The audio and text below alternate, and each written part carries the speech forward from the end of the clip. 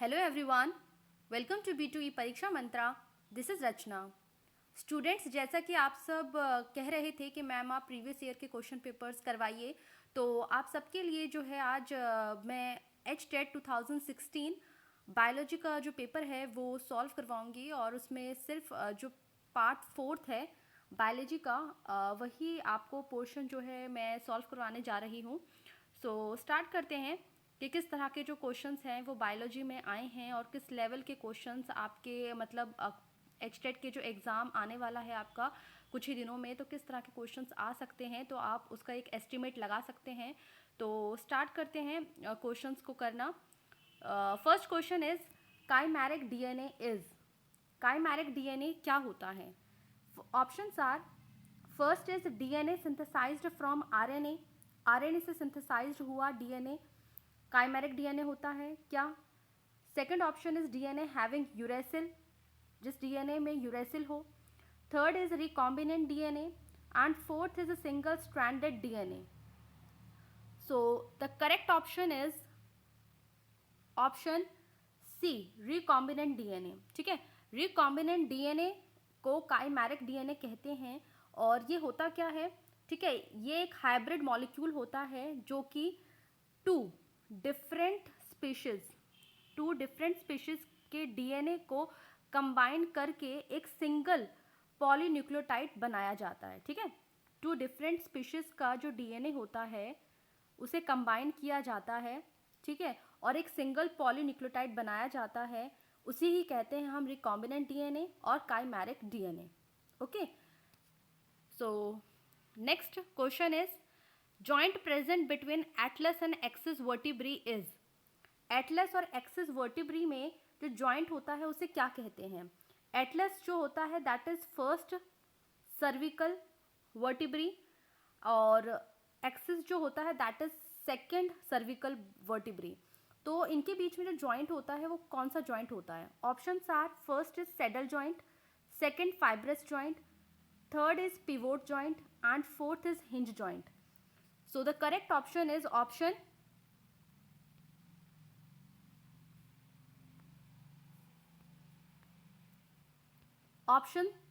Third, pivot joint. ठीक है, pivot joint जो होता है वो एटलस और एक्सिस जॉइंट का जो जॉइंट है उसे हम पिवोट जॉइंट कहते हैं। और बाकी ऑप्शंस को अगर देखें तो जो सैडल जॉइंट होता है उसका एग्जाम्पल है, सैडल जॉइंट का एग्जाम्पल है carpometacarpal joint of the thumb. ठीक है, carpo meta carpometacarpal, ठीक है, joint of thumb, joint of thumb ये होता है आपका सैडल जॉइंट। ठीक है, बाकी जो फाइब्रस जॉइंट है, फाइब्रस जॉइंट होता है जो स्कल की बोन्स होती हैं उसके भी स्कल की बोन्स के बीच में जो जॉइंट होता है दैट इज फाइब्रस जॉइंट। और पिवोट जॉइंट तो बता ही दिया, एटलस और एक्सिस का बीच में जो जॉइंट है दैट इज पिवोट जॉइंट। और हिंज जॉइंट के एग्जांपल्स हैं एल्बो जॉइंट, नी जॉइंट और फिंगर और टो के बीच जो फेलेंजेस होती हैं, फेलेंजेस के बीच में जो जॉइंट होता है दैट इज हिंज जॉइंट। ठीक है, तो ये मैंने बाकी ऑप्शंस का भी आपको बता दिया, लेकिन यहाँ पर हमसे एटलस और एक्सिस का पूछा था। So option third, pivot joint is correct. Next is in genetic fingerprinting the probe referred to. Genetic fingerprinting में प्रोब का मतलब क्या होता है? Options are radioactively labelled DNA stranded RNA molecule. Second option is a radioactively labeled single stranded DNA molecule. Third option is a radioactively labeled single stranded RNA molecule. And fourth is a radioactively labeled double stranded DNA molecule. तो RNA वाले options तो पहले ही हट जाएंगे, first option नहीं हो सकता और थर्ड ऑप्शन नहीं हो सकता। बाकी ऑप्शंस अगर हम देखते हैं सेकंड और फोर्थ, सेकंड और फोर्थ को अगर हम देखें तो डबल स्ट्रैंडेड डीएनए मॉलिक्यूल को नहीं कहते हैं। Option second is correct, a radioactively labelled single stranded DNA molecule को प्रोब कहा जाता है। ठीक है students, so option second is correct. Next is Cowper's gland is an accessory gland of male rabbit's reproductive system, ठीक है, rabbit reproductive male rabbit reproductive system में Cowper's gland जो कि एक एसेसरी सेक्स ग्लैंड है, उसका फंक्शन क्या होता है, ठीक है। First option is its white alkaline secretion activate the passive spermatozoa, ठीक है। Second, secretion neutralises acidity for the protection of spermatozoa. Third, secretion provides characteristic smell to rabbit. And fourth option is secretion increases number of spermatozoa, ठीक है। तो first option में तो कह रहा है कि इस वाइट एल्कलाइन सिक्रीशन क्या करता है, पैसिव स्पर्मेटोजोआ को एक्टिव करता है। सेकंड ऑप्शन में कहता है कि वो एसिडिटी को न्यूट्रलाइज करता है। एंड थर्ड में स्मेल प्रोवाइड करता है। और फोर्थ में नंबर ऑफ स्पर्मेटोजोआ इंक्रीज करता है। तो कार्पर्स ग्लैंड का जो फंक्शन है दैट इज ऑप्शन सेकंड, ठीक है, secretion neutralises acidity for the protection of spermatozoa, ठीक है। एसिडिटी को न्यूट्रलाइज करता है और स्पर्मेटोजोआ को प्रोटेक्ट करता है कार्पर्स ग्लैंड, ओके। आगे बढ़ते हैं। Next question is G6P। G6P का मतलब है glucose 6 phosphate. Glucose 6 phosphate dehydrogenase deficiency is associated with haemolysis of. जब G6P ग्लूकोज 6 फॉस्फेट की डेफिशिएंसी हो जाती है तो उससे हीमोलाइसिस होता है डिस्ट्रक्शन। किसका डिस्ट्रक्शन होता है? फर्स्ट ऑप्शन इज लिम्फोसाइट्स का डिस्ट्रक्शन होता है, सेकंड आरबीसीज का, थर्ड प्लेटलेट्स का एंड फोर्थ ल्यूकोसाइट्स का। तो जो टर्म है हीमोलाइसिस, इसमें हीमो जो वर्ड यूज किया गया है दैट इज फॉर आरबीसीज, ठीक है। सो ऑप्शन सेकंड हमारा सही होगा स्टूडेंट्स, ठीक है। So option second RBCs is correct, ठीक है। So GSP dehydrogenase deficiency is associated with hemolysis of RBCs. Next question. The desired variety of economically useful crops are raised by. मतलब अगर हमें डिजायर्ड मतलब जिस तरह की वैरायटी हम चाहते हैं, ठीक है, क्रॉप की जिस तरह की वैरायटी हम उगाना चाहते हैं या जिस तरह की वैरायटी हमको ऑब्टेन करनी है, तो उसके लिए हम क्या करते हैं, किस तरीके से हम वो कर सकते हैं। Options are first is vernalization, second mutation, third natural selection and fourth hybridization. तो मैं आपको ये टर्म्स का मतलब बता देती हूँ। सबसे पहले वर्नेलाइजेशन होता है the induction of a plant flowering process by exposure to the prolonged cold of winter, ठीक है। प्लांट को मतलब प्रोलॉन्ग्ड कोल्ड ऑफ विंटर के एक्सपोजर में फ्लावरिंग इंड्यूस की जाती है प्लांट्स में, ठीक है। तो दैट इज वर्नेलाइजेशन। म्यूटेशन होता है sudden heritable change in DNA sequence. Natural selection is a process through which population of living organism adapt and change. And hybridization is the combining of two complementary DNA or RNA molecule and allowing them to form a single double stranded molecule through base pairing, ठीक है। तो इसका जो सही option है that is option fourth, hybridization, ठीक है। हमें जिस तरह का हमको मतलब वैरायटी हमको प्लांट्स की या क्रॉप की चाहिए, तो हम क्या करते हैं, जो दो कम्प्लीमेंट्री डीएनए आरएनए मॉलिक्यूल को मतलब कंबाइन करते हैं और उनको बेस पेयरिंग के थ्रू अलाउ कर देते हैं ताकि वो क्या करे, सिंगल स्टैंडर्ड डबल डीएनए या आरएनए को फॉर्म करे और एक नया जो प्लांट या क्रॉप चाहते हैं वो हमें ऑब्टेन हो जाएगा उसके बाद, ठीक है। So next question, in bryophyllum reproduction occurs through. Bryophyllum जो प्लांट है उसमें रिप्रोडक्शन कैसे होता है? Through stem, second option leaf, and third is flower and fourth is root. So option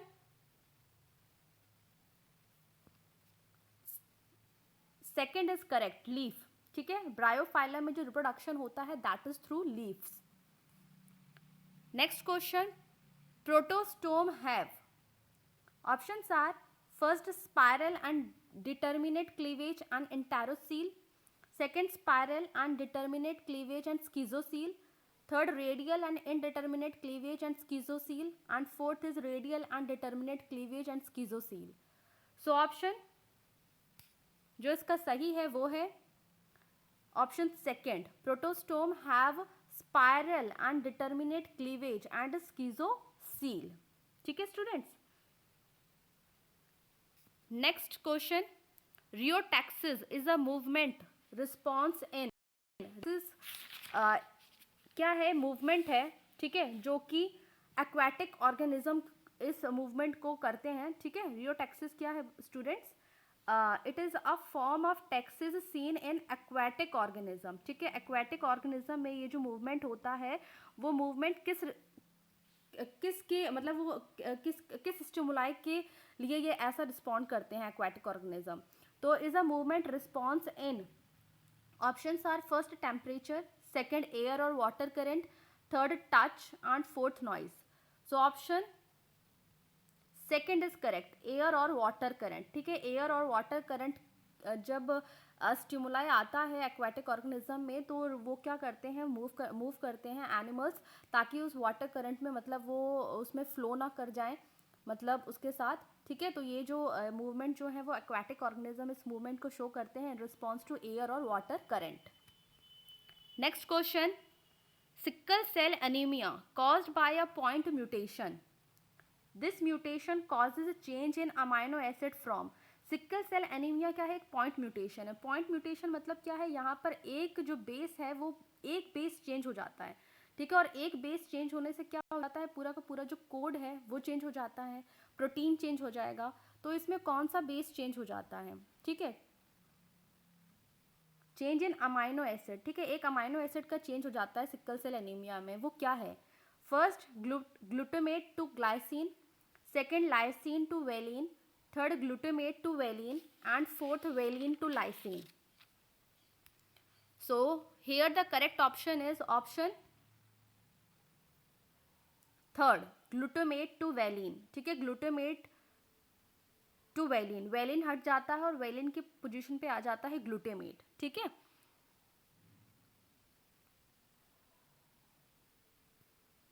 next question, which one of the following pair is incorrectly matched, इसमें से कौन सा करेक्टली मैच्ड नहीं है।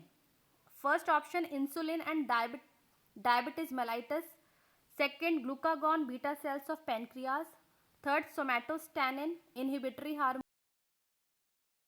Source of progesterone. So here the options अगर हम देखें तो इंसुलिन की कमी से हो जाता है डायबिटीज मेलाइटस, ये तो सही है स्टूडेंट्स।